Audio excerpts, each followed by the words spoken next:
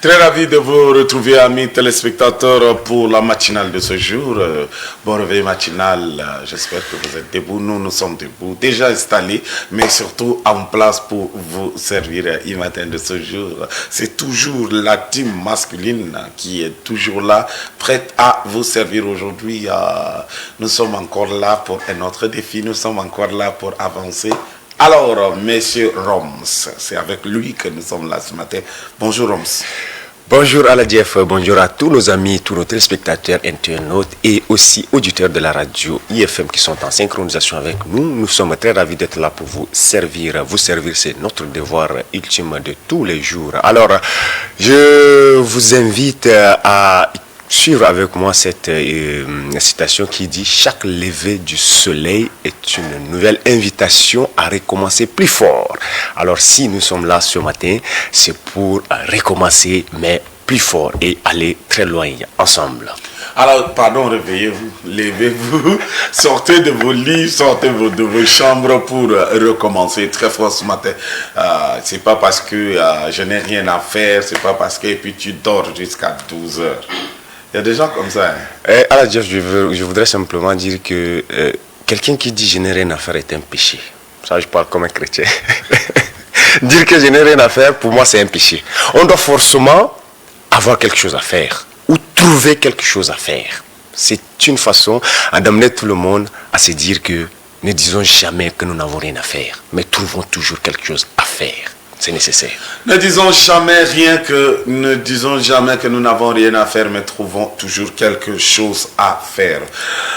La matinale de ce jour, c'est aussi la minute du leadership, c'est vérité demain, c'est quelques capsules, mais aussi aujourd'hui nous aurons la chance de recevoir sur ce plateau un coach en technique d'expression, en art oratoire aussi, parce que depuis lundi nous sommes en train de parler de la rentrée, comment préparer les enfants à la rentrée, etc. Donc voilà, nous repartons à l'école, nous aurons la chance d'avoir aussi un coach en art oratoire pour nous parler un peu du niveau même de l'expression aujourd'hui dans notre milieu, parce que en parler, les gens parlent encore, mais en écrit, les gens t'écrivent bonjour BGR, ouais. Bonsoir BSR, et puis voilà, tout est dessus-dessous. Ouais. Donc c'est vraiment nécessaire. Peut-être que lui, il est le mieux placé. Quand il sera là, il va beaucoup nous aider à comprendre comment prendre la parole, comment, n'est-ce pas? Donc nous l'attendons patiemment pour comprendre ce que c'est que les techniques de prise de parole. Justement. Nous allons cette fois-ci repartir de l'autre côté de la régie, retrouver K2 qui nous chante Partir pour la première phase.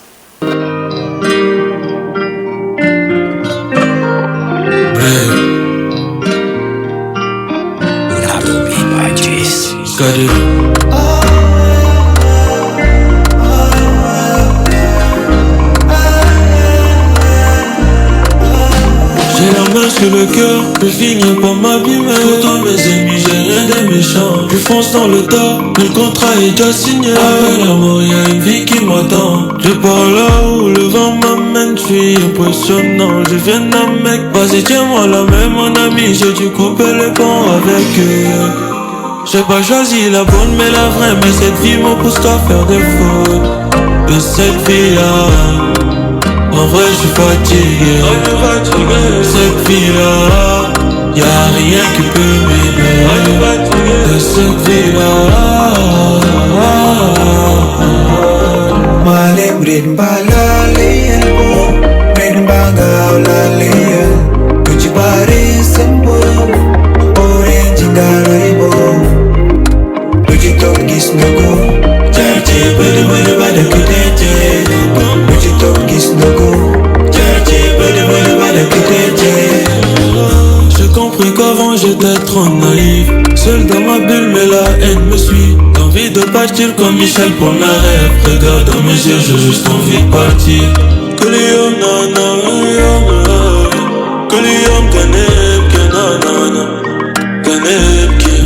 de cette vie-là. En vrai je suis fatigué. Cette vie-là, y'a rien qui peut m'aider. De cette vie-là. Malim brin bala leyen bo, brin banga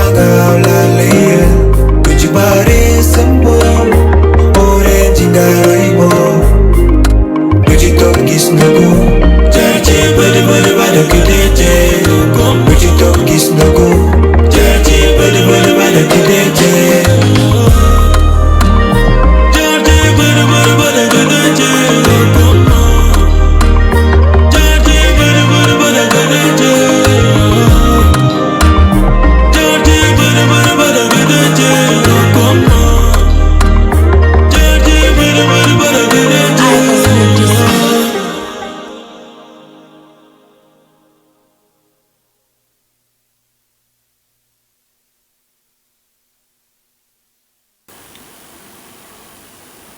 Tcharje Badja Gudedje nous dit Togo Gisndogo. Voilà le message qui a été diffusé par K2 dans Partir en mémoire, mais aussi en hommage à Willy Donna, le promoteur culturel qui est parti trop tôt, trop jeune.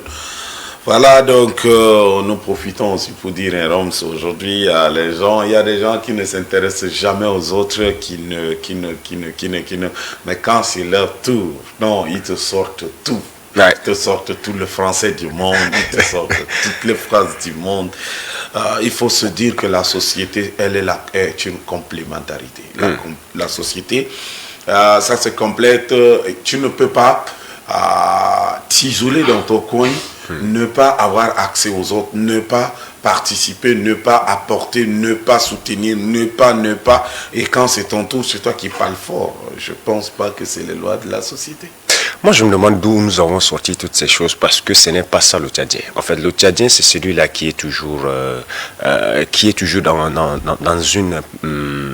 un système de vivre ensemble. C'est-à-dire, le Tchadien a toujours besoin de son frère. C'était ça nécessaire. L'union fait la force. Mais aujourd'hui, nous arrivons à voir quelque part que un Tchadien est capable de se lever et dire que je n'ai pas besoin des autres, je n'ai pas besoin de mon oncle, je n'ai pas besoin de mon père, je n'ai pas besoin de ma mère. Mais quand tu dis ça, est-ce que tu te souviens qu'il y a derrière ça, il y a un message trop tordu, trop violent que tu envoies à celui qui est en face de toi? Mais est-ce que tu sais qu'au-delà de tout ce qui est violence, au-delà de tout ce qui est manque de respect, impolitesse, il y a ce qu'on appelle le contre-nature même qui s'impose. Parce que tu ne peux pas du coup te lever et puis dire à ton père et à ta mère que j'ai pas besoin de vous, ma vie ne tourne pas autour de vous. Des jeunes aujourd'hui sont très forts en ces propos-là. Sans vous, je vis, non? Est-ce que non? C'est pas parce que tu gagnes les 10 000, les 5 000 quelque part que tu dis que tu n'auras pas besoin de ton père. Est-ce que tu ne sais pas que c'est à cause d'eux? C'est grâce à eux. Ouais, c'est par eux que tu es arrivé dans ce monde. Voilà, que tu es arrivé dans le monde. C'est un truc qui n'a pas de prix. C'est grâce à eux qu'aujourd'hui, tu peux être un millionnaire, tu peux être quelqu'un qui a une voiture, quelqu'un qui a une maison, parce que ils ont décidé de te mettre au monde. Ta maman t'a porté au ventre pendant 9 mois, avec tout ce qui est caprice, avec tout ce qui va avec la grossesse. Elle a sacrifié sa vie même pour te porter pendant 9 mois. Après que tu es venu au monde, elle a pris soin de toi. Tu pouvais mourir à 2 mois de ta naissance, à 6 mois, 1 an, 2 ans. On te met au monde, on veille sur toi, on te met à l'école. On paye ta formation, on paye ta santé, on te nourrit, on te donne et toi. Jusqu'à ce qu'un jour, tu arrives à devenir quelque chose. Pour effet, on te dit non, méfie-toi de tel, ne fais pas ça. Et puis toi, ta vie ne tourne pas autour de... Ouais, c'est vraiment pas joli hein, quand on entend un jeune homme ou une jeune fille dire que j'ai pas besoin de mon père, j'ai pas besoin de mon frère. Je pense que ça, c'est une mentalité. La nature elle-même va s'en charger pour régler le cas. Évidemment, mais forcément, on a l'habitude de constater ce genre de choses. Quand on se croit assez suffisant de vivre seul, on connaît les résultats. Des fois, on se trouve dans des situations, comme tu l'avais évoqué tout à l'heure, c'est quand on se trouve face à une situation terrible qu'on commence à dire que non, ma famille est ceci, ma famille m'a abandonné. Mais toi-même, pendant que tu étais toi, tu as abandonné ta famille. Et donc, voilà, tu assumes les conséquences. En tout cas, tu assumes les conséquences. La vie, c'est la complémentarité. La vie, c'est la sociabilité. La vie, c'est une association. Tu ne peux jamais vivre dans cette vie tout seul. C'est pourquoi les penseurs disent qu'à seul, tu peux aller plus vite. Mais accompagné, tu vas très loin. Très, très loin. Donc, À vous de faire le bon choix. Tu vas aller plus vite et te souffler en route à seul et ne avoir personne à côté de toi pour te donner un verre d'eau. Pour te soutenir, ouais. Tu veux aller accompagner, peu importe le temps que ça prendra, mais d'aller très loin. À toi de faire le choix. Cette fois-ci, nous allons repartir de l'autre côté de la régie, prendre notre capsule, le bien-être. Cette fois-ci, nous allons prendre ce que c'est que le tabac. Ça aussi, c'est notre problème. Ça aussi, c'est notre problème. Voilà, la régie.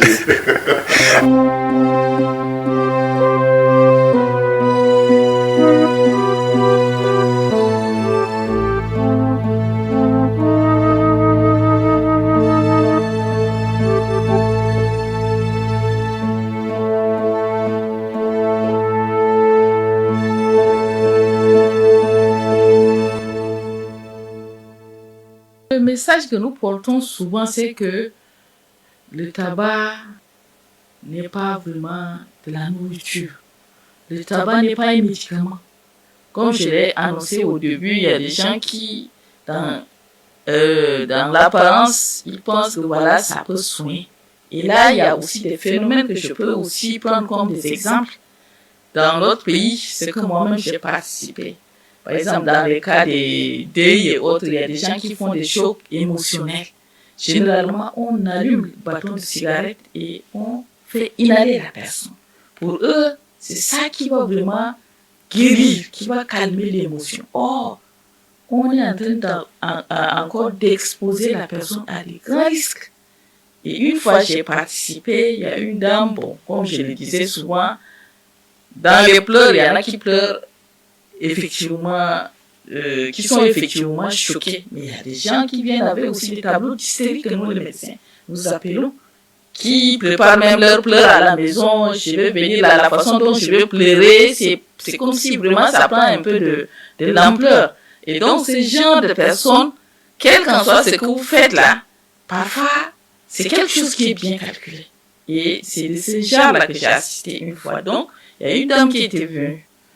Et elle a commencé par développer son hystérie en pleurant. On cherche à le temporiser, il n'y a pas question. Donc, après, ils étaient venus avec le bâton de cigarette pour allumer et puis mettre dans ses narines. Et moi, j'étais là, j'ai riposté. Je les ai empêchés, j'ai dit que c'est très grave. D'ailleurs, il n'y a rien. Il n'y a rien, sans aucun médicament, la dame va se relever. Donc, je leur ai dit de rester tranquille. Et parce que la personne qui fait de l'hystérie a besoin qu'on fasse des gestes pour l'amener à se relever. Mais puisque moi, tout ce que je disais là, elle écoutait aussi. Comme c'est dans l'habitude, en fait. Donc, après, on est resté tranquillement. Après, elle s'est relevée sans rien. Et c'est à cette occasion que j'ai écouté aussi d'autres témoignages. Il y a une personne qui a fait, bon, pour la personne, c'était vraiment un choc émotionnel réel. C'est une grande personne, selon les témoignages. Et donc, quand ils ont allumé le bâton de cigarette pour mettre la fumée pour qu'elle inhale, comme la personne est asthmatique, ça a déclenché sa crise. Et la personne était même décédée. Donc, parce que chez les asthmatiques, tout ce qui est fumé, ça ne marche pas. Donc, dès lors qu'on allume, ça veut dire que ça va augmenter sa crise. Et donc, ce sont des témoignages que j'ai eus à cette occasion où j'ai assisté vraiment à cette scène d'hystérie-là. Donc, ce sont des phénomènes fréquents. Or, dans l'ignorance, les gens pensent que c'est ça qui guérit, alors que ça ne guérit pas. Ça aggrave plutôt. Il y en a qui disent que non, ça guérit les caries dentaires, tout ça, mais scientifiquement, il n'y a pas de preuves. Il n'y a pas de preuves qui attestent qu'il y a des molécules qui doivent vraiment agir en tant que médicament. Mais ce sont les habitudes, les croyances. Mais les gens font ça, bon, sans toutefois mesurer aussi les conséquences. Donc, c'est pour dire que, effectivement, les gens utilisent même de nos jours, mais sans toutefois savoir. Donc, par rapport à ces pratiques, le message que je peux laisser à l'endroit de ces gens, c'est de faire très attention. Surtout pour les asthmatiques qui sont allergiques à toutes les fumées. Ce n'est pas seulement la fumée du tabac, mais toutes les fumées. Donc, en agissant ainsi, ça veut dire qu'on peut même aggraver l'état de santé de la personne. Et aux jeunes surtout. Parce que je l'ai cité au début, il y a plusieurs types de tabac. De nos jours, par exemple, si nous prenons la chicha pour les jeunes, c'est devenu un style de vie. Parce que la façon dont la bouteille a été conçue, la façon de fumer, tout ça, ça attire les jeunes, surtout les jeunes, y compris les jeunes filles. Ça, c'est toute catégorie confondue. Or, ce sont des produits qui contiennent ce qu'on appelle la nicotine. C'est ça qui rend accro. Et donc, en se lançant dans la fumée, en consommant, ça veut dire que plus tard, quand ces gens vont devenir accros, ça veut dire qu'ils seront des prisonniers. Ils ne peuvent pas, c'est-à-dire que se débarrasser, et même s'ils ont peut-être des moyens, ils vont déployer toutes leurs ressources là à l'achat de ces produits. Donc les jeunes doivent faire très attention. Parce que quand on consomme déjà la cigarette, dès qu'on consomme 10 secondes après, la nicotine atteint le cerveau et le processus de dépendance s'installe. Et donc quand on arrive à un stade de dépendance avancé, pour arrêter, c'est tout état de problème.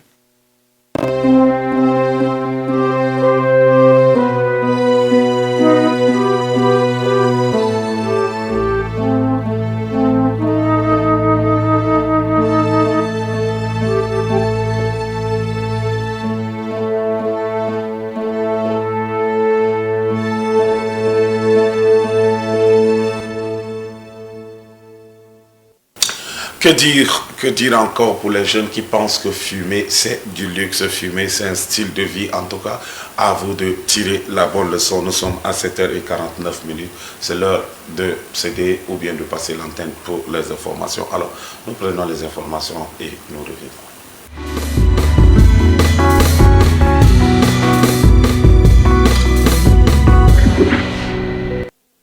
Les années se suivent, mais ne se ressemblent pas. Il faut dire que la rentrée scolaire rime avec les angoisses, les soucis et les difficultés de tous ordres. Certains parents ont perdu le sommeil puisqu'ils n'ont pas de moyens financiers pour s'assurer de ce qu'on appelle communément le paquet minimum pour leur progéniture. Ceux qui en ont les moyens préparent bien l'avenir de leurs rejetons. C'est dans cette ambiance que le syndicat des enseignants du Tchad sort de son silence pour lancer un préavis de grève à travers un communiqué de presse au ton martial. Un communiqué qui prend de court tous les acteurs impliqués dans la gestion du système éducatif tchadien. Pour le 7, si d'ici la fin de ce mois, ces revendications ne sont pas prises en compte, il paralysera le système éducatif sur toute l'étendue du territoire national. Comme dirait quelqu'un, un homme averti en vaut deux. Désormais, la balle est dans le camp du gouvernement par l'entremise du ministère de l'Éducation nationale et de la promotion civique d'engager sans tergiverser des discussions franches et sincères avec ses principales syndicats afin de trouver un compromis en vue de permettre aux élèves de reprendre le chemin de l'école dans la sérénité et le calme. Il faut ajouter à cela la situation peu enviable des maîtres communautaires. Cette catégorie d'enseignants qui représente 60% de l'effectif des enseignants, droit du noir. Elle a accusé plusieurs mois d'arriérés de subsides. Elle agite aussi la menace d'une grève si ces arriérés ne sont pas payés. L'école tchadienne en réalité est très malade à cause de l'insuffisance des enseignants qualifiés, des infrastructures adéquates malgré l'exploitation du pétrole, le nombre pléthorique d'élèves et le retard dans le versement à terme échu des salaires de ces derniers. Elle est également malade de ses gestionnaires. Ceux-ci se bercent dans le clientélisme, le népotisme et le favoritisme.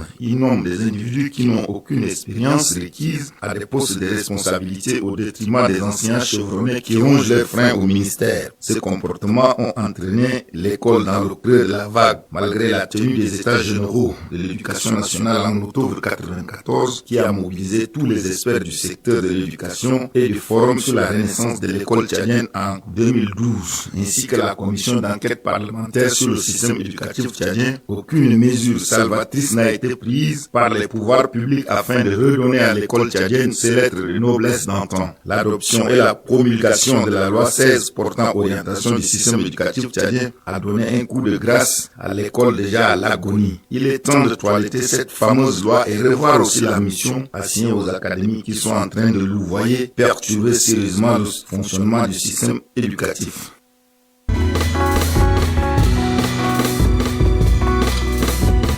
إن الذرة الرفيعة الحمراء والبيضاء من المحاصيل الأساسية، وهي حبوب غنية بفيتاميني ب وه. تتميز هذه الحبوب التي تروي بمياه الأمطار بدورة قصيرة، وغالبا ما تزرع في شهر أبريل ومايو. تستمر 3 أشهر فقط، ويحصد عادة خلال موسم الجفاف من أغسطس إلى سبتمبر. ووقعت النشر كان كل من الذرة الرفيعة الحمراء والبيضاء متوفرة في أسواق المقاطعة الأسبوعية. أتاحت لنا جولة في القرى المحيطة بكمرة عاصمة ولاية ماندول، فهم أنه على الرغم من ندرة الأمطار لم يغفل المنتجون الريفيون عن حقيقة أن زراعة الذرة الرفيعة غالبا ما تعتبر وسيلة فعالة للبقاء خلال موسم الجفاف، ودعما بالغ الأهمية لسداد الدفعة الأولى من رسوم التسجيل وإعادة تسجيل الأطفال في المدارس للأسر الضعيفة. وبعيدا عن الجوانب التجارية، تعد الذرة الرفيعة مصدرا غذائيا للعديد من العائلات. يعتقد المنتجون أن كرة الذرة الرفيعة تضفي مذاقا رائعا عندما تقدم عادة مع سلسات البامية الطازجة والحماد والباذنجان، والتي نجد عليها زبدة الشيا من نوع الفلفل الحار، وهو طعام يحظي بتقدير كبير من قبل المنتجين والمستهلكين، ولكنه يرفض من قبل المصطافين، وغالبا ما يكونون من المدن الكبرى. ومن الجوانب الثقافية والإرثية الأخرى الشائعة في مجتمعات جنوب تشاد استخدام الذرة الرفيعة في طقوس وممارسات القسم للإعلان البراءة من تهمة أمام العيان.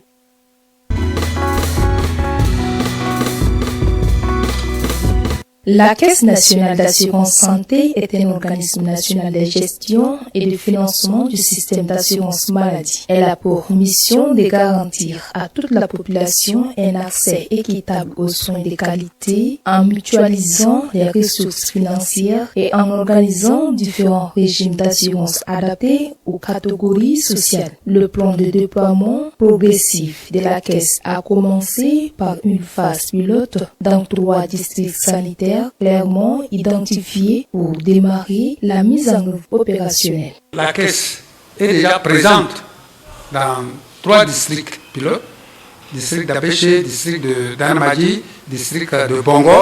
Certaines formations sanitaires ont déjà signé de contrat avec la Caisse nationale d'assurance santé. Et il y a même les patients, les bénéficiaires qui sont identifiés, qui commencent déjà à bénéficier des soins de santé. Et nous avons déjà reçu les premières factures pour le paiement des prestations de soins qu'ils ont assurées à nos assurés. Pour le début, dans ces 3 districts, la couverture santé universelle fonctionne complètement. La Caisse nationale d'assurance santé envisage mettre tout à sa disposition pour assurer la question de la redevabilité. On est en train de mettre toute notre énergie pour que cette obligation de redevabilité soit assurée. Et cela se traduit à travers la gouvernance des fonds. Quelqu'un vous a donné de l'argent, prenez en charge une autre personne, il faudrait que cet argent-là arrive intégralement à cette personne. Donc, il y a des dispositifs de suivi, évaluation, de contrôle et autres qui existent. Basée sur le principe de solidarité et d'équité, la Caisse nationale d'assurance santé met en garde toute tentative de fraude. La couverture santé universelle, c'est un dispositif qui génère même le système de fraude, ça crée d'appétit au point que les gens sont toujours tentés de faire la fraude. Et justement, dans la communication qu'on va passer, la communication va porter d'abord sur les questions de la fraude, l'interdiction de la fraude. Parce que la CSU est basée sur le principe de solidarité et d'équité. Comme je disais tantôt, chacun doit avoir sa part, conformément à sa position. Mais si vous allez vous prendre une part qui ne correspond pas à votre position, c'est que vous avez volé, vous avez fraudé, ou vous avez détourné. Donc ça, c'est interdit. Et les textes de la République sont là pour réprimer les cas de fraude. La Caisse nationale d'assurance santé est le pilier institutionnel et financier des couvertures santé universelle au Tchad. Elle est chargée d'assurer la solidarité nationale dans l'accès aux services de santé.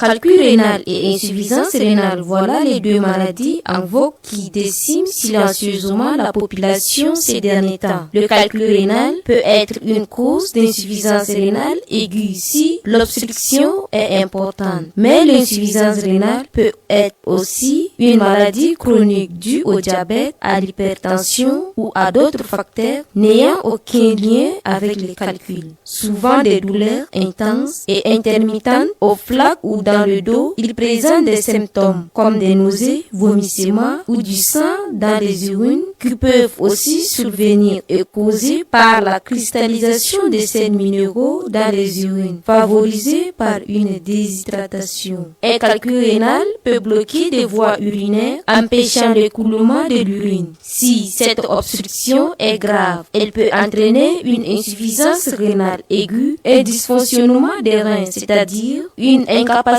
à assurer le fonctionnement des filtrations du sang, peut entraîner des troubles digestifs, des démangeaisons, entre autres. Une consommation élevée de sodium et de protéines d'origine animale augmente la concentration de substances favorisant les calculs rénaux. Il faut également noter que le calcul rénal est une maladie qui est cachée dans l'organisme humain, mais la majorité des personnes y ont cette maladie et concentrent sur l'insuffisance rénale et aussi une maladie grave qui nuit à la santé de la population. La prise de certains médicaments peut être un facteur de risque. Le stress peut également influencer la formation des calculs rénaux. Pour prévenir les calculs rénaux, il est recommandé de boire suffisamment d'eau, d'avoir une alimentation équilibrée et éviter les excès de sel. En cas de symptômes du calcul rénal, il serait judicieux de se faire consulter par un professionnel de santé pour se faire soigner.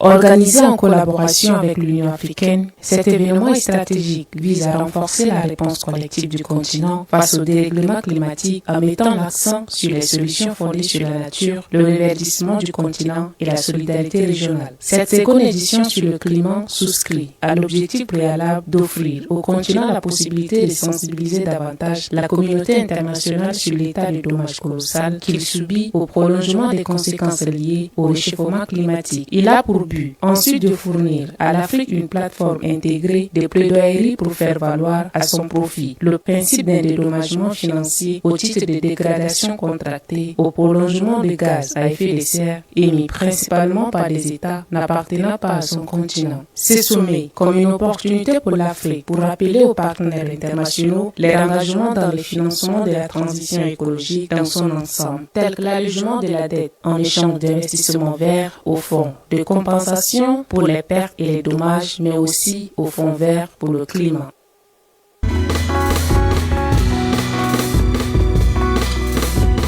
Rien ne va plus dans la politique française ces derniers temps. Le gouvernement français de la Ve République, visiblement bat de l'aile. Ces mouvements de déstabilisation gouvernementale sous le deuxième mandat d'Emmanuel Macron inquiètent et interrogent sur les causes de ce que l'on est tenté d'appeler une difficulté à garder son rang de l'une des grandes puissances mondiales. La goutte d'eau qui fait déborder le vase est la destitution en cascade des premiers ministres qu'on a du mal à maîtriser durant ce mandat en cours. Le tout dernier à la tête du gouvernement, en la personne de François Bayrou, qui a rendu le tablier ce 9 septembre en journée suite à sa chute devant l'Assemblée nationale ce lundi 9 septembre. Macron doit alors, en dépit de tous les fronts où il se trouve seul à y faire face, nommer un 6e premier ministre pour pouvoir conduire les affaires courantes jusqu'à la fin du mandat en cours. Alors que la Ve République, réputée pour être politiquement stable, est en train d'entrer dans une crise sans précédent. La politique française perd de plus en plus en crédibilité depuis que les mouvements de contestation et de manifestations se multiplient et se préparent pour les jours à venir. Dans la foulée de cette crise politique, l'on parle également de la dette étrangère qui vient s'ajouter aux problèmes déjà de trop que le gouvernement de Macron rencontre ce dernier temps. Malgré de nombreuses guerres de positionnement de la politique d'Emmanuel Macron pour s'imposer en Occident, en en Asie, mais surtout à ses anciennes colonies d'Afrique, les mécontentements internes viennent déjouer davantage la politique du mouvement La République en marche qui gouverne la France depuis 2017, mettant ainsi en mal le rôle de l'une des grandes puissances dans les organisations internationales. Depuis le redressement de l'AES contre la France de Macron il y a de cela quelques années, la guerre qui fragilise l'Ukraine depuis quelques années sont entre autres les situations qui ne favorisent pas la remise en selle de la France. Qui sera le prochain Premier ministre qui réussira à convaincre la gauche et la majorité des Français qui ont du mal à accepter la façon dont Macron et ses nombreux gouvernements qui se succèdent gèrent le pays? Surtout que l'on célèbre déjà dans les rues françaises le départ de François Bayrou. Selon les informations données par l'Élysée ce mardi 9 septembre et relayées par les médias français, il sera connu dans les toutes prochaines heures, sinon les tout prochains jours. En attendant l'annonce officielle du prochain locataire de Matignon, beaucoup d'observateurs évoquent le déclin de la démocratie française.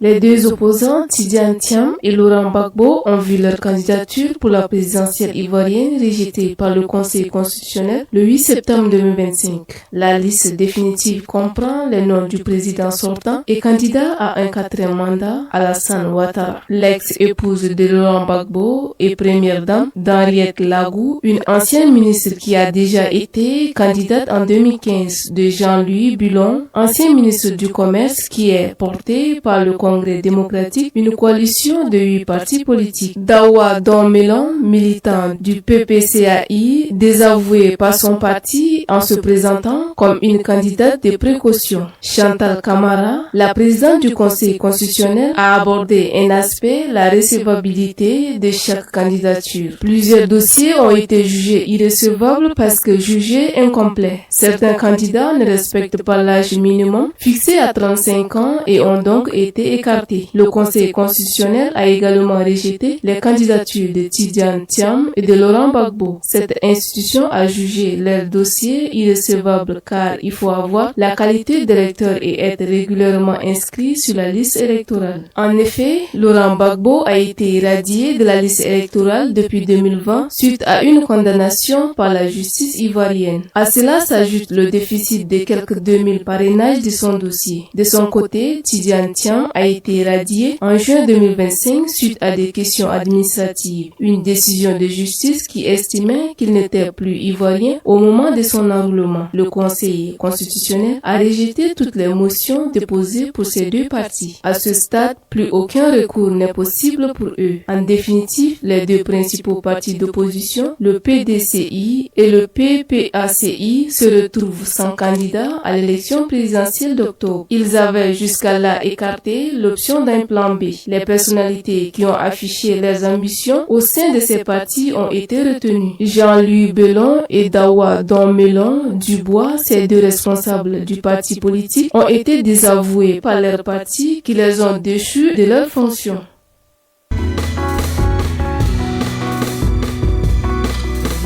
Signé à la main du numéro 1 du département de sport, Maïdé Hamid Louni, cet arrêté expose clairement que tout objet susceptible pouvant servir de projectile est formellement interdit dans les anciens du stade lors des matchs. Mais plus loin, dans le même arrêté, seules les boissons servies dans les gobelets en plastique souple ou en bouteille sans bouchon sont désormais autorisées. Tout vendeur est appelé à respecter ces règles strictes sous peine de retrait immédiat de son autorisation de vente. Le texte confère au directeur de la gestion des structures sportives la responsabilité d'accorder les conceptions standards et de prendre toutes les mesures nécessaires pour garantir la sécurité des supporters lors des matchs. D'accord avec ces textes, le président de gestion de ce stade olympique Maréchal Idriss Déby Itno, Ahmad Abdoulaye Malik, s'engage pleinement avec son équipe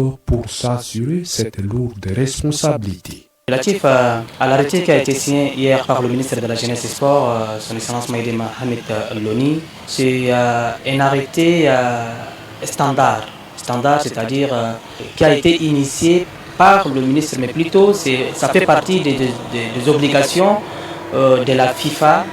Donc dans toutes les structures footballistiques, il est interdit d'accès avec ces jeux. Comme vous l'avez constaté la fois dernière lors du match, Sao a marqué le but. C'est là où, pour exprimer le joie des supporters, on fait recours à des lances de bouteilles. Pour répondre aux préoccupations des supporters à la question de savoir où trouver l'eau à boire si elle n'arrive pas à être interdite dans ces stades.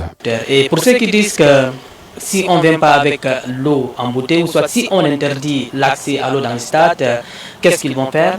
Vous conviendrez avec moi qu'il peut y avoir des prestataires de services. Il va y avoir beaucoup de restaurants qui auront l'accréditation de la vente au sein du stade qui vont utiliser des gobelets jetables, c'est-à-dire à usage unique. Donc si vous voulez de l'eau, vous sortez juste dans les gradins, il y a 4 ou 5 restaurants qui sont déjà là, on va les équiper d'ici bientôt. Les organisateurs des compétitions devront veiller au contrôle accès, informer le public de la réglementation et collaborer avec les forces de sécurité. Les supporters désobéissants exposent à l'expulsion et à une amende de 100 000 francs CFA en cas d'agression, tandis que les organisateurs négligents pourront être sanctionnés administrativement.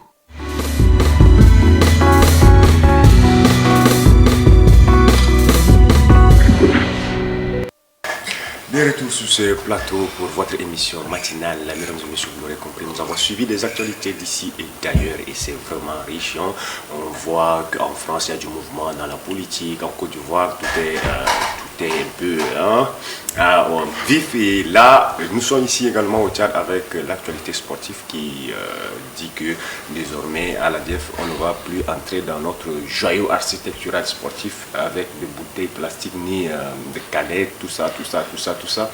Moi, je dis tout de suite que c'est une très belle initiative, mais qu'il faut également voir de l'autre côté, il faut trouver peut-être des mesures d'accompagnement nécessaires, parce que chez nous, pour aller sur un match à 16h, il faut se rendre là-bas à partir de 10h. Et donc, est-ce qu'on peut se priver pendant tout ce temps sans eau, sans quoi que ce soit? Mais il faut se dire que ce stade est un stade homologué aux normes FIFA. Donc tous les stades homologués aux normes FIFA ont ces réglementations-là, ont ces critères et c'est simplement une duplication de ces critères-là sur le Nord. Donc on n'a pas le choix que de s'y habituer. Par exemple, le match de Sao passé, on distribuait de l'eau sans pression, on enlevait les couvercles. Mais ça s'est bien passé. Moi, je pense que je peux mettre de l'eau dans ma gourde et venir avec. Oui, c'est aussi une idée. Je peux mettre de l'eau dans ma gourde et venir avec. Je peux mettre dans une thermos et venir avec. C'est plus facile. Et je pense que si nous voulons répondre, ou bien si nous voulons aussi être sur le concert des nations, on est obligé simplement de faire certaines violences, de faire certaines concessions, d'accepter certaines choses, et puis on quitte derrière. Parce que quand les gens viennent avec des bouteilles, ils commencent à jeter même les joueurs avec des bouteilles. Moi j'avais vu lorsque les Sao ont marqué leur but d'égalisation, mais c'était un marché de bouteilles. Il y a les bouteilles pleuvaient de partout sur les tribunes et c'est ce qui n'est pas vraiment bien. Et donc peut-être cette décision n'est pas saluée par bon nombre, mais il faut reconnaître que c'est pour réglementer, c'est pour nous aider à comprendre que nous devrons à un moment donné accepter certaines règles, même si elles sont un peu complexes. Mais si tu vois bien, moi, depuis 2 jours, il y a une image qui moi, me brise le cœur. La RDC, qui est un grand pays de football africain, après sa défaite face au Sénégal, les gens ont vandalisé le stade, les gens ont tout cassé les accessoires du stade. Nous ne voulons pas arriver à ça chez nous. Nous ne voulons pas arriver à ça. Et nous profitons aussi pour dire aux Congolais que c'est pas grave, même si vous n'êtes pas qualifié, il y a la musique, vous prenez la tête en Afrique en musique, on vous comprend, ne vous faites pas ça. Merci à tous les Congolais qui sont en connexion avec nous. À présent, nous vous disons beaucoup de courage et l'année prochaine n'est pas fériée. Alors, à tous les Tchadiens, ne trouvez pas en cette décision une mauvaise décision. Ça va dans l'intérêt de tous et c'est notre travail d'accompagner également le gouvernement dans sa politique. C'est pour dire que si jamais cette décision devra aider à encadrer, n'est-ce pas, les activités au niveau du stade, c'est nécessaire, on l'accepte. Voilà, ceci nous permet de recevoir notre premier invité, le coach, n'est-ce pas, en art oratoire, celui-là qui va nous parler un peu des techniques de prise de parole. Et lui, il s'appelle Madjitoloum Fred. Bonjour. Bonjour. Ça va vous? Ça va très bien, vous de même? Bienvenue chez Electron TV. Merci, c'est un plaisir immense d'ailleurs d'être invité ici et j'ai répondu présent. D'accord, merci. Jeff. C'est un plaisir de vous avoir, Monsieur Fred. J'espère que tout va bien chez vous. Très bien encore. Et vous de même, ça va? Ça va, ça va. Merci. Ça va. Alors, avec vous, nous allons discuter un peu sur ce qu'on appelle les techniques de prise de parole ou bien ce qu'on appelle art oratoire. Mais déjà, dites-nous un peu, aujourd'hui, c'est partout dans notre société, coach en art oratoire, coach en technique de prise de parole, etc. D'où est-ce que c'est venu à l'art oratoire, technique de prise de parole? Très bien, merci bien.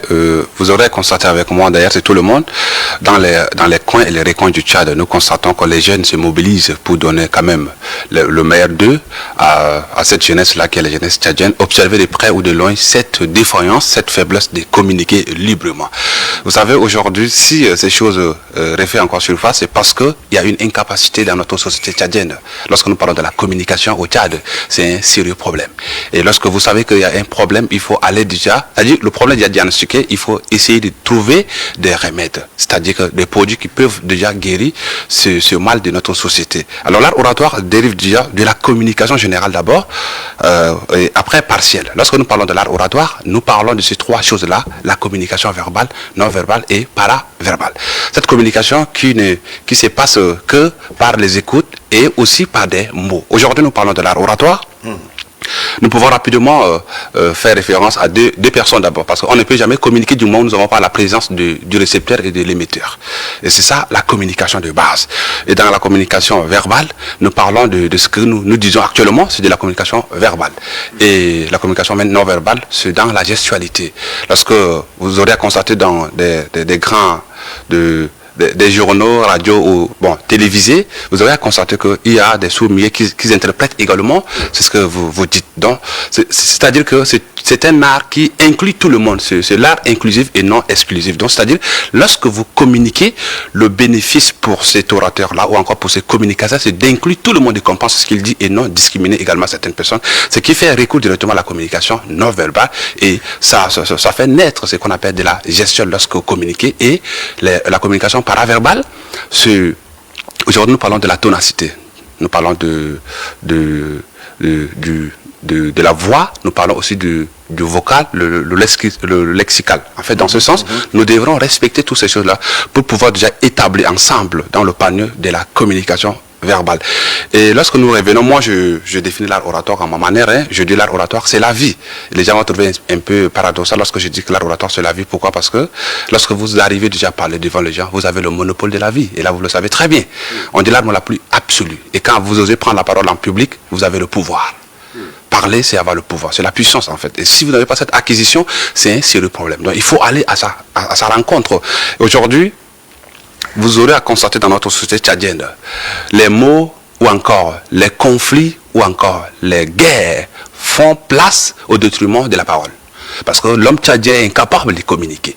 Vous conviendrez avec moi qu'au Tchad, le chef veut toujours parler. Le chef veut toujours parler au Tchad. Et les gouverneurs ne peuvent pas parler. Mais ce n'est pas ça la communication. Parce que lorsque vous osez parler, à un moment donné, vous devrez également écouter ce que les autres disent également. Et ces choses-là, c'est carrément absent dans notre milieu jeune ou encore dans nos secteurs professionnels même d'ailleurs au Tchad. Donc c'est toutes ces choses qui nous mettent au devant d'aller ne serait-ce que donner cette part des choses, clarifier que nous devrions écouter l'X ou encore celui-là qui est en face de nous afin qu'il nous écoute également.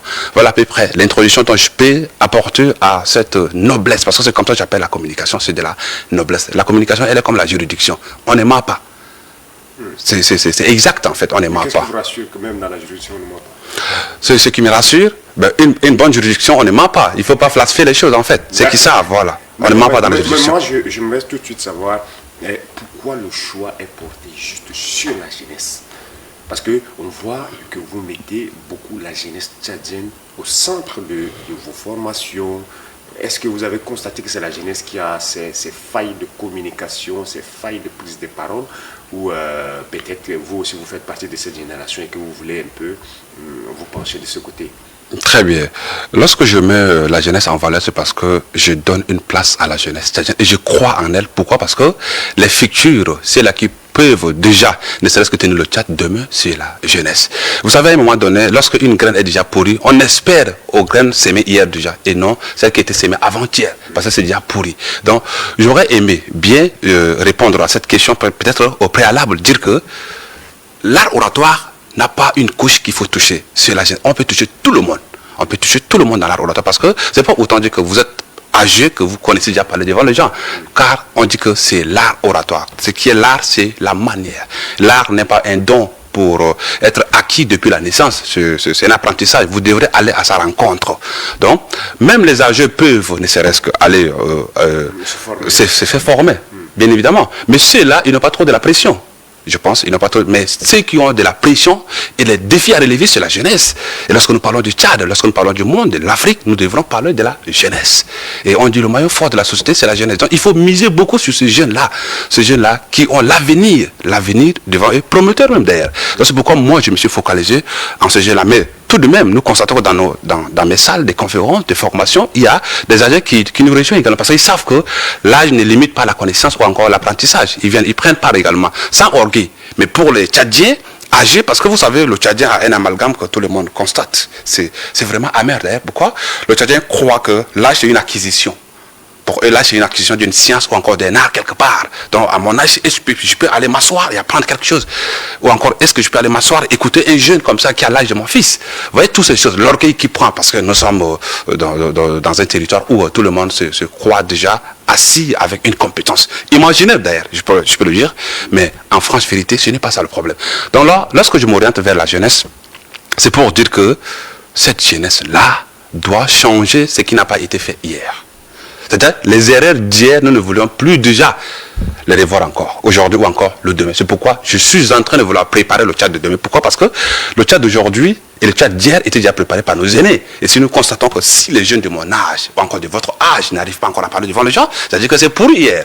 On ne peut pas continuer comme ça, il faut déjà préparer le terrain futur. C'est pourquoi même dans le football, nous avons dit que l'équipe DA, l'équipe première, l'équipe deuxième, division, machin, toutes ces choses, c'est pour déjà faire le sauvetage. Donc c'est en ce sens. Monsieur Fred, on a vu qu'aujourd'hui vous êtes tellement nombreux, hein, la dire, tu es d'accord avec moi, aujourd'hui chacun se lève le matin, il dit que moi je suis un coach en art oratoire, et ceci, c'est là, mais chez vous on a constaté une petite différence, c'est celle de savoir que vous entamez des tournées nationales, vous partez même dans le fond du pays, n'est-ce pas, pour ne serait-ce que donner ces cours que vous jugez nécessaires pour la jeunesse à toutes ces couches. Alors, quelle est cette motivation qui est derrière ça? Avez-vous également des soutiens et tout ceci, ou bien en faisant ça on vous paye quelque part, ou c'est parce que c'est par passion que vous le faites? Merci. Vous savez, moi je suis un aspirant du changement. Je suis celui-là qui croit. Et lorsqu'on croit, on doit faire. Ce n'est pas de la prophétie, la vie. Vous savez, lorsque nous parlons du Tchad, moi je me plonge dans la superficialité. Aujourd'hui, lorsque nous sommes Tchadiens, le fait que nous sommes Tchadiens ne peut pas se limiter seulement à Kondoul ni à Farsha. Lorsque je dis que je suis Tchadien d'Amdiara, je suis Tchadien de Gorée, je suis Tchadien de Kiabé, je suis Tchadien de partout. Donc si j'ai pris l'engagement de me lancer dans ce qu'on appelle la tournée nationale, aller toucher le Tchad profond, c'est pour dire que ceux-là qui sont au fond là-bas dans les couloirs sont aussi les Tchadiens. Et nous pouvons espérer en eux. C'est pas forcément dire qu'une jeunesse qui est seulement regroupée ici en Djamena qui peut relever ces pays-là, qui compte les 1 184 000 km².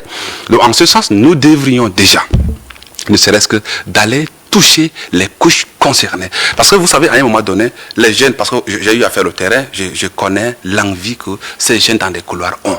Aujourd'hui, certains jeunes croient qu'on les a oubliés. Par exemple, lorsque vous venez dans certains coins du Tchad, vous proposez un projet pareil, ils vont dire, ah tiens, pour la première fois. vous pouvez jamais croire que dans certaines villes où les gens ne connaissent même pas ce qu'on appelle l'art oratoire, ici au Tchad, au XXIe siècle.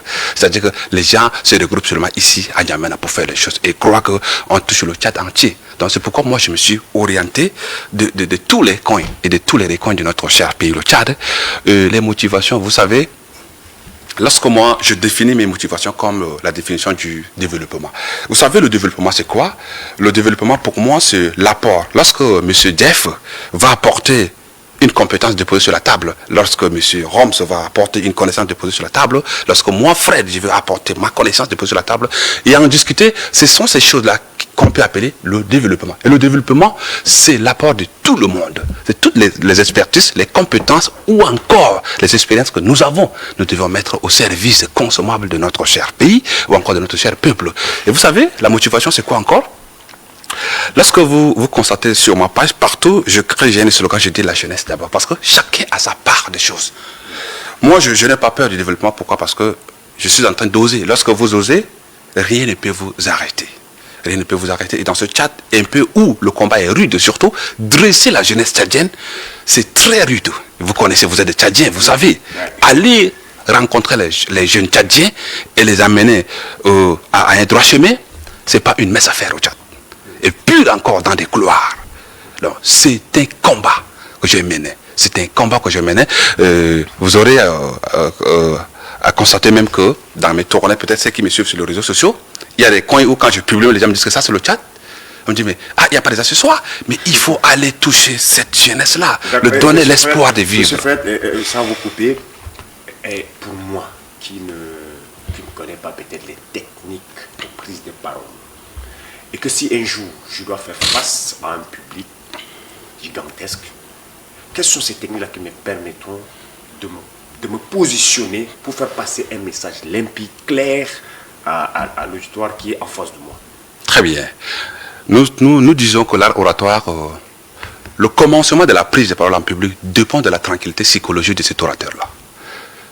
Avant de parler devant les gens, vous devrez disposer votre esprit. Parce qu'on ne peut pas avoir deux esprits pour travailler sur un seul travail. Donc vous devez d'abord disposer votre esprit. Quels qu'en soient les problèmes que vous avez, à un moment donné, vous pouvez les classer et dire que vous avez un travail à faire au-devant de vous. Ça c'est bien. Nous revenons sur les trois piliers de l'art oratoire qui sont ethos, logos et pathos. Lorsque nous parlons d'ethos, nous parlons de notre caractère, notre authenticité. Soyez vous-même dans ce que vous faites d'ailleurs, dans la prise de parole. Pourquoi? Parce que votre image reflète déjà votre appartenance ethnique, continentale ou encore, voilà, toutes ces choses-là qui partent avec. Responsabilité. Donc, nous parlons, on dit que les premiers pas d'un orateur, c'est sa responsabilité comportementale, c'est-à-dire que le vestimentaire. Vous devrez vous poser des questions, mais qui je dois aller faire face? Donc, là, je parle du public, je parle de l'auditoire, en fait. Et vous savez, le vestimentaire aujourd'hui en manque beaucoup à la jeunesse tchadienne. Vous savez, même dans des entretiens d'embauche, certains portent ce qu'ils veulent porter. Ils viennent et ils échouent. Et l'art oratoire, lorsque vous êtes un orateur, vous êtes une exemplarité que tout un monde est en train de vouloir copier. Et lorsque vous allez vous présenter, vous allez le faire très bien. Là, je parle du vestimentaire. Normalement, pour un orateur, voilà, le physique, votre apparition physique pour un orateur. Deuxièmement, lorsque vous venez sur les causes, vous savez, le raisonnement. Comment vous allez raisonner? Et vous devrez structurer votre discours avec des arguments convaincants. Des arguments convaincants et des arguments qui touchent à la société. Des arguments qui sont aussi des arguments actualistes. Un orateur, c'est celui-là qui ne peut pas s'enfermer dans sa chambrette ou encore dire qu'il maîtrise le monde. C'est celui-là qui part à la recherche aussi. Parce que c'est un communicateur à la base. Donc vous devrez aller à la toucher. Et aspirer les choses et pouvoir aussi vivre même d'ailleurs. Pourquoi pas? Parce que vous devrez aussi consommer l'amertume ou encore la positivité des choses avant de très bien les introduire. Lorsque vous venez encore sur ce qu'on appelle le pathos, nous parlons de la persuasion. Comment persuader? Parce que vous devrez être un génie, mais si vous n'avez pas l'art de pouvoir amener quelqu'un à accepter ce que vous le proposez, c'est que vous êtes en train de prêcher dans le désert. Donc vous devez avoir l'art de la persuasion.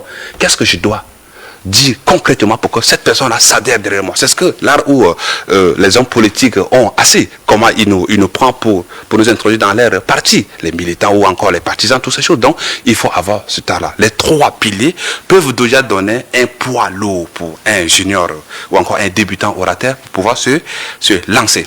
Et vous savez, la curiosité dans l'art oratoire, c'est quoi? C'est votre civilisation. C'est la curiosité pour un orateur. Votre civilisation.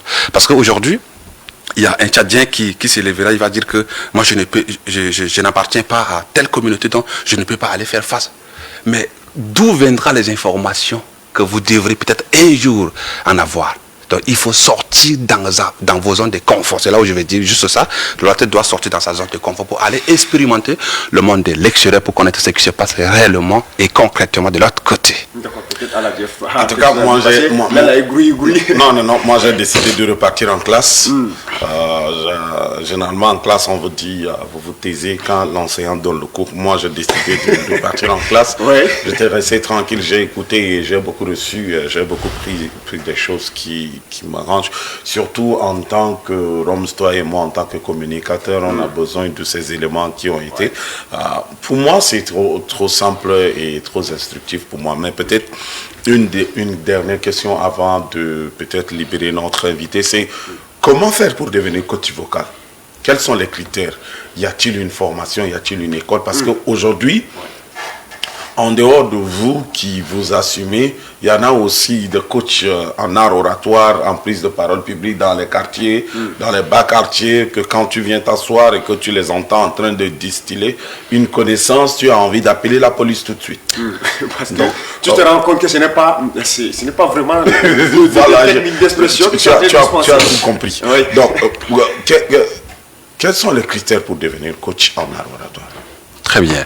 Les critères pour devenir coach en oratoire sont divers. Pourquoi? Parce que chacun peut bâtir sa conception. Moi, je peux conceptualiser ce que vous dites. Pourquoi? Parce que je prends mon cas à moi, parce que je suis un communicateur à la base, un aspirant de la communication sortant de l'université. Et après cela, j'ai eu à faire une formation en certification de l'art oratoire. C'est ce qui a donné essence à ce devenir d'homme dont je suis au devant du feu. Aujourd'hui, vous aurez constaté, je ne peux pas définir ce que les autres font. Pourquoi? Parce que c'est eux seuls qui savent. Aujourd'hui, vous savez, l'art oratoire n'est pas un domaine ou encore une filière qu'on enseigne à l'université. Il n'y en a pas ça. Et peut-être que vous pouvez peut-être en bénéficier si vous êtes curieux dans des formations professionnelles, dans des écoles de formation professionnelle, dans ces choses-là. D'ailleurs, au Tchad, nous n'avons pas ça. Et c'est un art qu'on n'enseigne pas à l'université. Donc, dans votre curiosité, vous pouvez déjà aller à la rencontre de cela. Mais n'empêche, vous savez, aujourd'hui, la dérive, elle est colossale. Il y a beaucoup de gens qui sortent de leur domaine vrai pour embrasser cette carrière d'un orateur ou encore d'un formateur. Je pense que arrivé à un certain moment, et même ils se définissent. Ils disent que bon, parce qu'il y a de la confusion dans notre société tchadienne, la confusion totale. Aujourd'hui, vous allez voir, paradoxalement dans nos quartiers, lorsque quelqu'un parle beaucoup, on l'appelle journaliste. Je pense que là, vous êtes quand même témoin. Vous voyez ça, n'est-ce pas? Lorsque vous parlez beaucoup, on vous journaliste. Et bêtement, cette personne peut rapidement se plonger, dire que je vais aller aussi étudier le journalisme parce que les gens m'ont déjà donné ce titre. Oui. Ils parlent comme ça. Et pourtant, au fond, ce n'est même pas la version vraie même de cette personne. Donc, vous voyez, la société a facilité beaucoup de domaines dans cette république-là. Donc, dans nos, je sais pas trop, dans nos conversations, dans nos rubriques, dans les quartiers, ça fait à ce que certaines personnes croient que si je fais ce que les gens disent, je peux m'en sortir. Aujourd'hui, les gens ont pris l'acquisition de ce domaine qui est l'art oratoire comme, je sais pas, un revenu filant. Voilà, un gombo pour eux. Mais moi, pour ceux qui me connaissent, je suis en tournée nationale dans le Tchad profond, sans financement et gratuitement. Donc, c'est ça la part des choses. Moi, je dis que je vais me limiter lorsque je vais former 10 000 Tchadiens. Aujourd'hui, je suis à 9 000 Tchadiens. Il me reste 4 villes pour toucher les 23 régions du Tchad. Sans financement. Personne ne peut croire. Donc, chacun a son objectif. Moi, je dis que je n'ai pas peur du développement. Pourquoi? Parce que je dois aussi. J'ai peur qu'un jour, on me pose la question, on dit, parce que je vais perdre aujourd'hui, peut-être j'ai 30 ans, 20 ans, vous aussi, pareil. Et si on nous ajoute encore 50 ans de plus. Supposons, si nous allons encore être, voilà, ça c'est ce Dieu qui connaît la suite. J'ai peur qu'un jour, on me donne, on m'appelle, on me demande, Monsieur Fred, de votre existence au Tchad, qu'est-ce que vous avez fait pour le Tchad? J'ai peur de ce genre de questions un jour. Je ne peux pas dire que j'ai étudié, j'ai la licence, j'ai le master, j'ai le doctorat. Vous n'avez rien fait encore. J'ai peur de ce genre de questions. Qu'est-ce que vous avez fait pour ce pays-là? Ce sont ces questions-là qui m'ont mis au devant afin que je puisse me sacrifier pour cette jeunesse-là. C'est pour dire que chacun doit apporter sa part des contributions. Aujourd'hui au Tchad, nous avons la légèreté d'insulter celui qui a très mal fait. Mais nous n'avons pas la capacité de se lever, d'aller aussi oser faire. Vous voyez ça? C'est ça la différence. Donc, lorsque vous n'avez pas encore réalisé ne serait-ce qu'un centime de quelque chose, vous n'êtes même pas éligible pour peut-être critiquer un événement ou encore une activité d'une personne qui a déjà mené. Même s'il a échoué, il peut se relever. Là, vous n'avez pas encore une position de pouvoir se lever et dire qu'il a très mal fait. Parce que l'avenir, ce sont des sacrifices, en fait. Si aujourd'hui... ça devient très intéressant, mais vu que nous sommes en train de prendre des temps, Aladjef, est-ce que c'est pour encore une question? Non, moi je pense que nous espérons bien avoir encore assez de temps dans les jours à venir avec le coach, parce qu'il y a des choses qu'il faut encore qu'on découvre. Mais il y a des choses qu'il faut l'expliquer pour éclairer la lanterne de nos téléspectateurs, de tous nos internautes. Mais comme nous travaillons avec le temps, time is time. Donc, nous allons simplement dire merci à Fred d'être passé en quelques minutes, mais vous avez dit beaucoup. Et vous avez instruit beaucoup. Donc, vous disons merci d'être passé.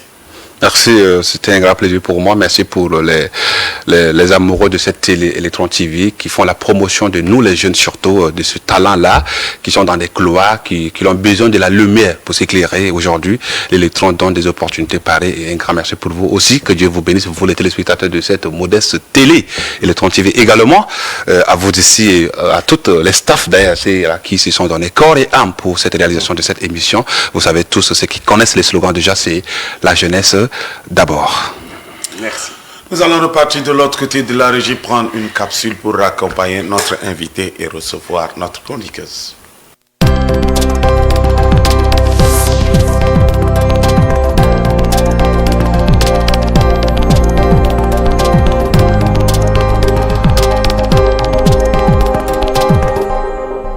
Ce qui m'énerve dans ces pays, premièrement, parce qu'ils ne veulent pas intégrer les gens.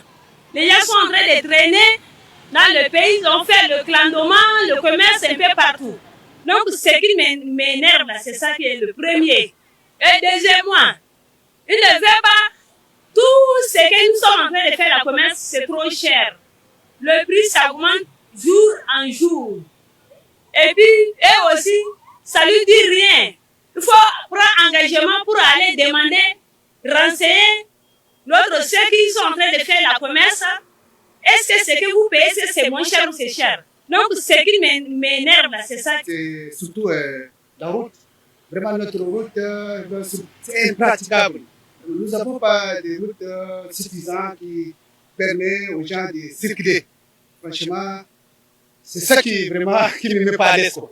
Mais ce que je constate, c'est que l'électricité, j'ai souvent le problème de l'électricité. Quand j'ai besoin vraiment de recharger mes tondeuses pour les travaux, ou encore j'ai besoin de la lumière pour l'éclairage, tout ça, je rencontre souvent ces problèmes.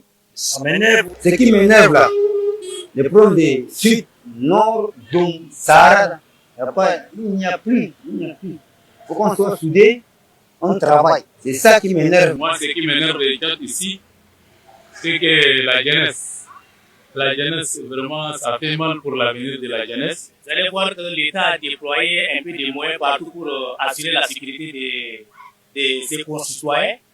Mais quand tu vois partout dans des quartiers, tu vas voir que telle personne est assassinée, telle personne est braquée, telle personne est détruite comme ça. Donc ça fait où l'inquiétude est partout présent. Plein de décisions, mais quand tu es en matière, le commerçant a dit que non, le produit me revient, c'est pas l'État. Donc j'ai pris ce plus comme du vrai. C'est-à-dire, donc, il faut que l'État revoie sa responsabilité sur le terrain. Il faut mettre quand même, si ça y a un comité qui va chercher à gérer ces problèmes, sinon ça ne marche pas.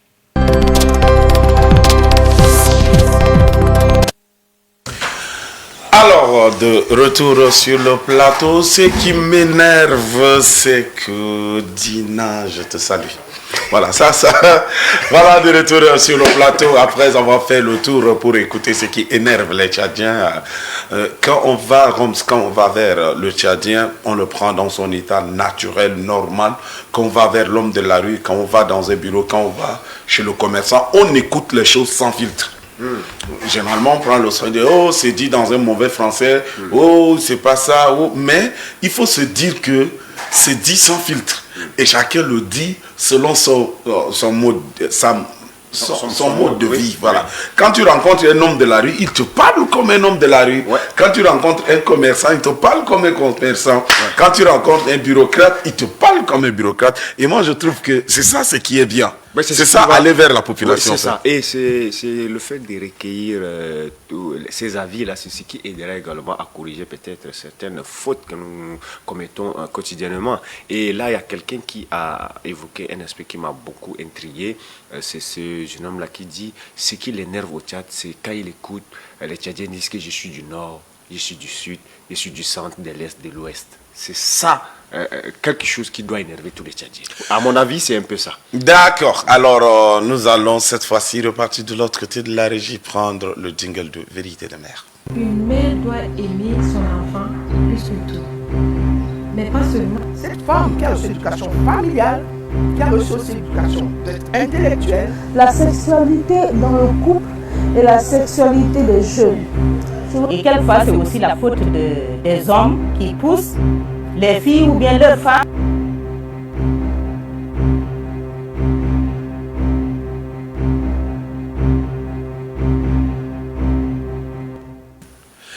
Vérité de mère, notre rubrique qui a toujours été présente et surtout sa chroniqueuse toujours présente. Bienvenue, Madame Baïdene. Merci, Jean-Florent. Bonjour. Rome. Merci. Bonjour et bienvenue à vous également. Merci, c'est toujours un plaisir. J'espère que tout va bien et que voilà, aujourd'hui encore nous allons prendre, comme on le dit, une dopamine. Aujourd'hui on va nous tirer les oreilles, je ne sais pas, mais c'est tellement un melting pot dans Vérité de Mère qu'on ne maîtrise plus. On s'attend, si c'est sur nous on va tirer, ou si c'est sur qui on va tirer. Ah ouais. Je vais tirer sur les parents aujourd'hui. Donc, celui qui se reconnaît dans le rôle de parent, surtout pas de bouclier, hein, il faut prendre. Nous allons parler de la saison vraiment s'y prête. Nous allons nous adresser aux parents et à leurs filles. Les filles qui veulent, ou c'est les parents qui veulent qu'elles aillent étudier à l'étranger. C'est notre sujet du jour. À pareille saison, chaque année, il y a un peu de, je le dis bien le mot, un peu d'embouteillage dans l'esprit. Parce que les parents veulent que l'enfant aille étudier en Afrique de l'Ouest, en Europe, en Amérique. Il faut que l'enfant qui a eu son bac aille étudier à l'extérieur du pays. Mais quelle en est justement la valeur ajoutée? Pourquoi il faut aller étudier à l'étranger? Quelles sont les conditions, quelles sont les modalités pour aller étudier à l'étranger? Parce qu'on se rend compte que c'est devenu un deal. C'est-à-dire, tu as ton bac, tu vas à l'étranger. Tu as ton bac, tu vas... Je ne cite pas les noms, mais il y a des pays qui sont justement mis comme sur le flambeau. Hein? Il faut aller étudier là-bas et revenir. Ce n'est pas une mauvaise chose en soi, mais je pense que si nous-mêmes, nous ne valorisons pas nos universités, quel que soit ce qui se passe autour, je ne pense pas que l'étranger demandera je vais aller étudier à l'université du Tchad. Je dis comme ça. Parce que tous les Tchadiens veulent aller dehors. Mais qui garantit que les universités dehors sont les meilleures? Peut-être qu'ils n'ont pas de grèves, comme nous avons l'habitude de le faire. Mais est-ce que l'enseignement est meilleur que chez nous? Je connais quelqu'un qui est en France, qui cherche à venir faire la médecine au Tchad parce que c'est l'une des meilleures de la sous-région. Mais est-ce que le Tchadien le sait? Est-ce que le Tchadien sait qu'il a entre ses mains aussi des bonnes choses, non seulement bonnes, mais des meilleures qu'ailleurs? Parce que c'est toujours ailleurs que c'est bon. Vous avez décidé d'envoyer votre fille à l'étranger. Je ne parle pas du garçon aujourd'hui, je parle de la fille. Cette fille, vous avez pris soin de l'élever pendant 17-18 ans et qui n'a jamais quitté la maison. Le plus loin qu'elle soit allée, c'est peut-être dans le village ou dans la grande ville de ses parents. Et puis, un bon matin, vous lui dites, ok, voilà le billet d'avion, tu vas aller étudier à l'étranger. Même si c'est Kousséri, c'est toujours étranger. Ah ouais, parce que c'est hors pays. C'est hors du pays, dans ce sens que la fille sera là-bas sans papa, sans maman, sans ses frères, sans les tantes, sans les amis. Qu'est-ce qu'il faut pour que cette fille-là parte? Ah, prends l'argent, va, tu t'inscris, et puis tu nous dis combien il faut, et puis on va t'envoyer l'argent à la fin de chaque mois. Mais personne ne garantit qu'à la fin de chaque mois, il y aura ce qu'il faut pour envoyer à cet enfant. Personne ne garantit que l'enfant est psychologiquement prête à aller étudier à l'étranger, puisqu'elle n'est jamais sortie de la maison, de cocon familial, et là où elle a grandi. C'est ça sa sécurité. Et parfois, les parents n'ont même pas les moyens pour accompagner la fille, l'installer, rester un peu avec elle, le temps qu'elle prenne ses repères. Non. On focalise tout ce qu'on a comme ressources sur le billet d'avion, sur l'inscription, sur le logement et autres. Et là encore, il y en a qui ne partent même pas avec l'argent du logement. Elle va rester avec une cousine, avec une copine qui connaît déjà ses repères, qui paye régulièrement son loyer. Il faut partager le loyer ou pas, partager la nourriture ou pas. Est-ce qu'ils vont fréquenter la même université? Êtes-vous sûr que là où elle a choisi, ou quelqu'un vous a dit que c'était une bonne école, votre enfant va s'y sentir à l'aise et qu'elle va vraiment se mettre dans la condition et faire ce dont elle est partie faire? Ça, c'est la responsabilité des parents. Mais toi, la fille qu'on a envoyée à l'étranger, tu as vu les sacrifices que les parents ont faits. Parfois, on vend un terrain. Parfois, on sort toutes les épargnes. Ce n'est pas une mince affaire. Que ce soit par route ou par avion, il faut un certain confort pour arriver à destination. Maintenant, que tu aies demandé ou pas, tu as donné ton accord ou pas, parce qu'habituellement, on ne demande pas à l'enfant. On lui dit, ok, on t'a inscrit à Lomé et puis tu vas aller étudier. La fille n'a rien à dire, elle doit partir. Maintenant, la psychologie de cet enfant, qui va s'en occuper? La séparation, c'est quelque chose qui se fait avec préparation. Peut-être une bourse est tombée, je dis bien une bourse est tombée à la dernière minute. Ah, prépare-toi, tu voyages la semaine prochaine. Mais elle n'a pas eu le temps de se préparer psychologiquement, même physiquement. J'ai besoin de ma mère, j'ai besoin de mon grand frère, et ainsi de suite. Et la fille s'en va, qu'est-ce qui se passe là-bas? Elle est perdue. Elle cherche un grand frère quelconque. Et ben voilà, on cherche toujours une affection, elle cherche quelqu'un qui peut compenser ce qu'elle a laissé à la maison et qui lui manque. Combien de nos filles sont allées à l'étranger et puis n'ont même pas étudié, ils sont tombés enceintes et sont entrés dans des foyers rapidement alors que ce n'était pas prévu. Combien sont tombés malades et il n'y a pas de moyens de se faire soigner et ils ont perdu la vie. Selon moi, le départ, c'est la psychologie de l'enfant. Il faut s'occuper de la psychologie de l'enfant. On peut appeler l'enfant tous les jours, 4-5 fois par jour, mais elle est toujours loin. Elle est à l'étranger. Et elle n'a jamais été à l'étranger. Il y a la nourriture. Qu'est-ce qu'elle va manger? Le jour où elle tombe sur une Tchadienne comme elle, qui a fait un peu de gombo avec la boule, elle se met à pleurer parce qu'elle sent l'odeur de la maison et elle veut être à la maison. Habituellement, on n'a même pas ce qu'il faut pour que l'enfant revienne pendant les vacances, au moins la première année. Et on dit à l'enfant, bon, l'argent du billet que tu demandes là, ça va payer ta scolarité de l'année prochaine. Donc si tu viens, tu ne repartiras pas. Mais maintenant, c'est à elle de faire le choix. Est-ce qu'il y a réellement un choix où papa te dit, assieds-toi, tu viens pas? Oui, parce que j'ai déjà commencé mon école. Si on me dit, si tu viens, tu repars pas, ça ne m'arrange pas. Donc, je suis obligé de rester. Et les frontières sont peureuses. On va passer les vacances dans le pays voisin. Je peux pas dire à mon père, mais bon, les amis se sont cotisés. On a assez pour partir.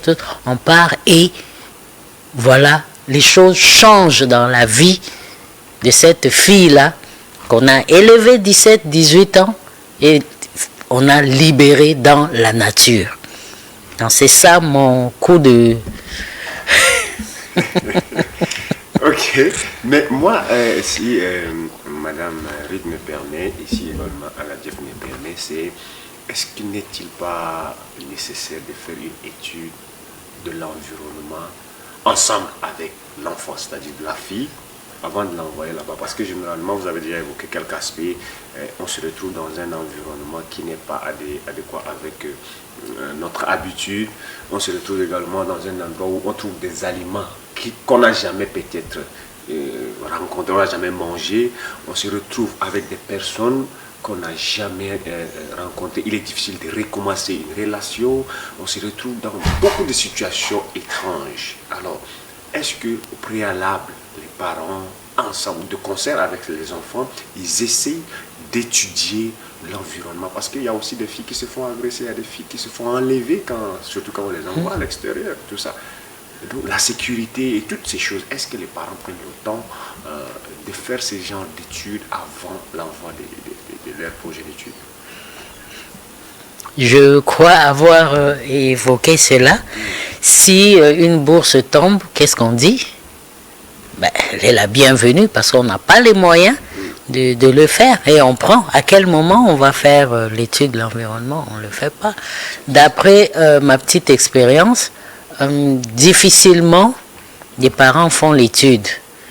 Et dans notre contexte, justement, c'est toujours ceux qui sont partis là, ils sont tués différents. Va seulement. C'est pour ton avenir, débrouille-toi, ramène-nous quelque chose de bon. Mon coup de gueule ce matin, c'est la psychologie de cette fille-là qu'on a envoyée dehors. Il y en a qui ont, entre guillemets, la chance d'arriver là où il y a une tante, un oncle qui peut t'héberger pendant un petit moment. Mais cet oncle n'est pas obligé, en fait. C'est ça. Elle n'est pas obligée, la tante, de prendre sa nièce avec elle. C'était pas dans son plan, c'était pas dans son programme. Donc on peut pas lui en vouloir si un bon matin elle dit écoute, moi ça me va quoi. Moi je ne pose pas de questions, mais c'est un sujet qui a beaucoup déchiré les familles, mais aussi qui a beaucoup fait de mal dans les familles. Et après, les parents se positionnent dans un sens de victime, malgré tout ce qu'on a fait pour l'enfant, malgré tout l'effort qu'on a fait. Mais à vrai dire, le vrai problème, c'est la préparation psychologique de l'enfant. Ouais. Après le bac, papa et maman ont déjà tracé quelque chose, mais sans l'avis de l'enfant. Oui. À supposer, par exemple, l'enfant veut aller, par exemple, à l'Afrique de l'Ouest. Papa et maman veulent que l'enfant aille à l'Afrique centrale. Et du coup, comme c'est eux qui ont l'argent, c'est eux qui ont les moyens, on te fait faire tous les papiers. Et puis après, pum, tu apprends que tel cousin bouge pour tel pays dans 2 jours, donc tu vas avec lui. Et pourtant, ils ont déjà fait ton inscription, tout ça. Moi, j'ai eu à gérer un cas comme ça, par exemple, pour la question de gestion de filière. La fille a eu son bac, elle veut faire tel, mais la famille veut qu'elle fasse tel. Ils se sont déchirés. Je dis à l'enfant, faut te calmer. C'est nous qui faut te calmer. On ne sait jamais. Peut-être que les parents ont vu mieux que toi. Tout ça, va le faire. Mais la première année, ce n'était pas facile. Ce n'était pas facile. Et aujourd'hui, on se retrouve avec beaucoup de neveux, beaucoup de nièces qu'on nous ramène de l'extérieur. Ben, tu n'as pas choisi, tu n'as pas voulu, mais tu deviens oncle, tu deviens papa. Et souvent, le papa du neveu ou de la nièce est inconnu. Oui. Donc, ce sont des charges. Ouais. Alors qu'on voulait gagner, ben, on se retrouve avec des charges. Il y en a une qui a fait des triplés. Mais la maman est obligée d'aller jusque là où elle était pour ramener. Elle a fait plus de 2500 km par route pour économiser. Comme ça, elle peut ramener sa fille et les autres dans de meilleures conditions. On ne pense pas au cas de maladie. Est-ce que nous avons sur place des centres de santé à vil prix? On va, on se fait soigner. Mais est-ce que c'est la même chose là où j'envoie ma fille? Mais c'est ça, c'est tout à l'heure. Si elle tombe malade. Là, je parlais de questions d'environnement. Vous voyez un enfant ici qui est habitué sous 45 degrés, vous l'envoyez dans un pays où... il fait moins 10 degrés par exemple. 10 degrés par exemple. Vous voyez dans quelle confrontation vous l'avez mis. C'est un peu compliqué aussi ça. Parce que cet enfant, excuse-moi, cet enfant que vous envoyez sans son consentement, déjà, est psychologiquement affaibli. Oui. Donc, elle a plus de capacité, si je peux le dire, pour ne pas dire chance, de développer des maladies psychosomatiques et des vraies maladies. Maintenant, aux frais de qui? C'est aussi ça. Belle question. Moi, je pense que c'est avec cette question qu'on va chuter. C'est carrément un coup de gueule. Bon, ce n'est même pas un coup de cœur, mais c'est un coup de gueule. Et surtout que les cours sont en train de reprendre. Certainement, les parents sont en train de faire ce genre de projet dans leur chambre. C'est tombé pile même. Les gens, ils se retrouvent, monsieur et madame sont sur leur lit, après leur plaisir. Ils décident des choses sans projet sur les enfants. Mais après, vous allez vous victimiser. Je pense que la meilleure façon, c'est d'en discuter. Donc, pourquoi pas à une réunion élargie, toi, tu viens d'avoir le bac. Nous avons pensé ça, mais nous voulons voir ton avis, etc. etc. Mais pourquoi ne pas commencer pendant toute l'année de terminale? Ouais. Parce que on a beaucoup de temps, voilà. On a besoin de beaucoup de temps pour se préparer. C'est ça, parce que déjà quand l'enfant est en terminale, on sait qu'il va affronter le bac. Et donc, soit il gagne, ou soit il perd. Et surtout quand il gagne. Donc, qu'est-ce qu'on doit faire à partir de ce temps? Et là, en ce moment, on peut déjà entreprendre des causeries avec l'enfant peu à peu. Si tu arrives à décrocher ton bac, nous, on envisage que tu ailles étudier dans tel endroit. À ton avis, si toi, après ton bac, comment tu juges notre projet? Et donc, ensemble, vous essayez de discuter, en fait. Voilà. Vous pouvez peut-être aujourd'hui dire ensemble avec l'enfant que, bon, dorénavant, si tu décoches ton bac, tu vas aller en France. Mais peut-être le lendemain, l'enfant revient et dit, bon, moi, selon la filière dont je voudrais étudier, je trouve que c'est mieux au Sénégal. Un autre jour, il revient. Et donc, c'est en apportant chaque fois ces idées qu'on va décider à la fin. Moi, j'étais focus dans ce que je voulais depuis la seconde. Je dis à mes parents qu'après mon bac, j'irai à Béché faire l'université. Vite fait. L'année où j'ai eu le bac, il n'y avait pas eu de recrutement à Béché. Je dis à mon père, à ma mère, que je fais l'université au Tchad. Si vous voulez m'aider à sortir, c'est après ma licence. Je suis allé à l'université. Bref, j'ai suivi mon grand parce que lui, il a dit la même chose. Il s'est retrouvé à Mondo. Lui, c'est après sa licence qu'il est parti. Et là, on en a discuté. Et aujourd'hui, peu importe ce qui va advenir, j'en suis responsable parce que mes parents m'ont écouté, ils m'ont laissé dire et ils m'ont accompagné dans mon choix. Les parents ne vont pas se victimiser s'il y a dérapage ou s'il y a ça ou s'il y a ça. Tu as fait ton choix. Donc, chers parents, beaucoup de courage. Mais merci à Madame Ruth d'être passée. J'aimerais chuter. Puisqu'on a déjà chuté, je vais rechuter. Pour dire, je n'ai pas parlé des garçons, mais j'ai un mot à dire aux garçons. Si tu sais dans ton fort intérieur que tu as laissé un enfant là-bas, il faut dire. On n'abandonne pas un enfant. No man left behind. On va le chercher. Roms, merci beaucoup. Quand tu dis va le chercher, tu t'adresses à qui? À celui qui a laissé l'enfant. En tout cas, la fille a ramené l'enfant parce qu'elle l'a porté. Mais l'autre a gardé son enfant là-bas. Donc il faut en parler et aller avec le temps, on aura des Équois Célestins pour l'équipe nationale. Tôt ou tard, on va toujours. Donc, on va les ramener. Il n'y a pas de problème. Merci beaucoup. Dingamnoji Rodriguez. Merci. Merci amis téléspectateurs pour votre fidélité. Nous sommes arrivés à la fin de ce deuxième numéro de la semaine. Ne quittez pas, restez en compagnie des programmes de Electro Télévision. Nous allons vous laisser en quelques minutes déguster Easy 7.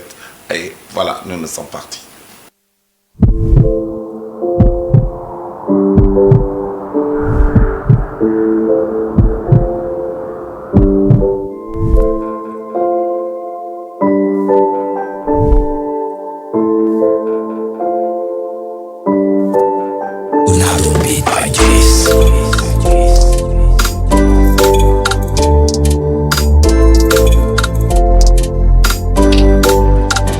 J'étais dans mes balles quand je t'ai vu passer ma coco. Petite forme avec la taille des cola coca. Dis-moi t'habites plus quartier ou t'es de l'autre déco. Et que je te présente à ma famille comme un gros. Mina que tu qui gâte jamais. Qui finit en année j'y dit ton âne jamais. Almane qui m'a tes chefs chiffés. Tapi amia libékou y'a bien jamais. Oh là je suis dans les tacticos, je suis dans le turfu. Avec des délires tu fais penser à Oumi. Je te prends dans la bolide de l'enfer de tour des mundos. Si ça te prend il vas-y ramène toutes tes pintos. Oh la jolie maman, où tu passes tu fais des dégâts. Tu n'as rien jusqu'à Doga. Et une fille qui m'échitoma. Vas-y arrête-moi tes conneries. Tu sais que je suis pas là pour les âneries. Là-bas pour c'est ok, j'attends tu me donnes le ok avant que je vienne te choper. Vas-y arrête-moi tes conneries. Tu sais que je suis pas là pour les âneries. Là-bas pour c'est ok, j'attends tu me donnes le ok avant que je vienne te choper. Monsai kongande Amodi chike mwena ikukote Kunjani keme pebo de kukoite Amtutu jonjo moe kukoite Gati shifi ana toxico Oliki inti bigi jantico Anamaki yako classico Akhwaki na kuli na toxico Je veux faire des gommes à baby Te faire pull-up des selfies dans la AMG Traverser petit pont de Walia Dans la Mercobes ou dans la GMC. Oh la jolie maman, où tu passes tu fais des dégâts. Tout dernier là juste à Doga. Et une fille qui m'échitoma. Vas-y arrête-moi tes conneries. Tu sais que je suis pas là pour les âneries. Là-bas pour c'est ok, j'attends tu me donnes le ok avant que je vienne te choper. Vas-y arrête-moi tes conneries. Tu sais que je suis pas là pour les âneries. Là-bas pour c'est ok, j'attends tu me donnes le ok avant que je vienne te choper.